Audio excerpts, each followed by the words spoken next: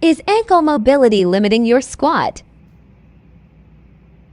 The answer might be yes, the answer might be no, but the answer is probably somewhere in between. Here's the thing, if your ankles can't bend, then you're gonna have a hard time squatting, and your squats might look more like this. As you can see, it's gonna kind of throw me in my back. I'm not gonna be able to get very low, and it's gonna limit the effectiveness and the performance in my squat. Now, of course, if I have ankles that bend like this,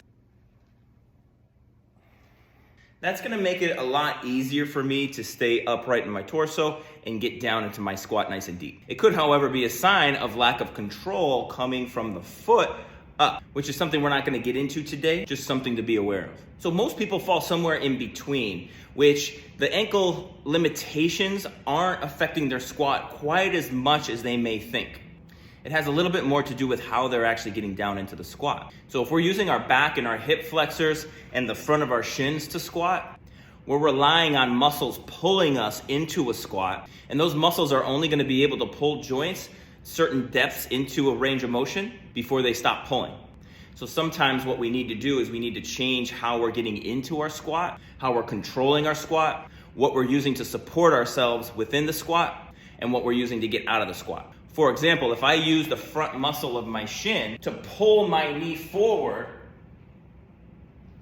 that muscle is only gonna pull my knee forward so far before it starts to lose leverage and can't pull anymore.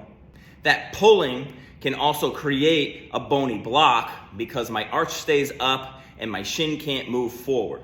So instead, what we wanna do is we wanna use the soleus and the bottom of the foot and the calf and the hamstring to guide us down into our squat. That way we're using more eccentric function to control the squat as we're descending, not relying on muscles to pull us into that squat. So instead of your back, your hip flexors, and your tibialis anterior pulling you down, you wanna use your abdominals, your butt, your hamstrings, and your quads, and your calves to guide you down. So it looks like this. Instead of this, it looks like this. I'm controlling myself from the backside of my body instead of pulling myself down from the front side.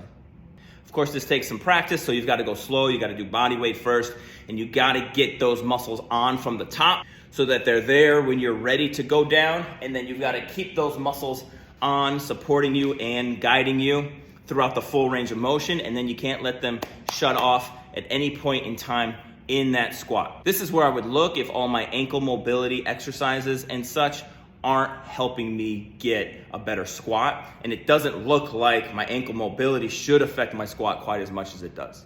Let me know if this makes sense to you, and if you'd like some ways to figure out how to actually improve your squat with the type of strategy that I'm talking about, and I'll make some content for you. You could do that by liking, sharing, and commenting on this post so that I know you found it valuable and I know you want to hear more about this topic.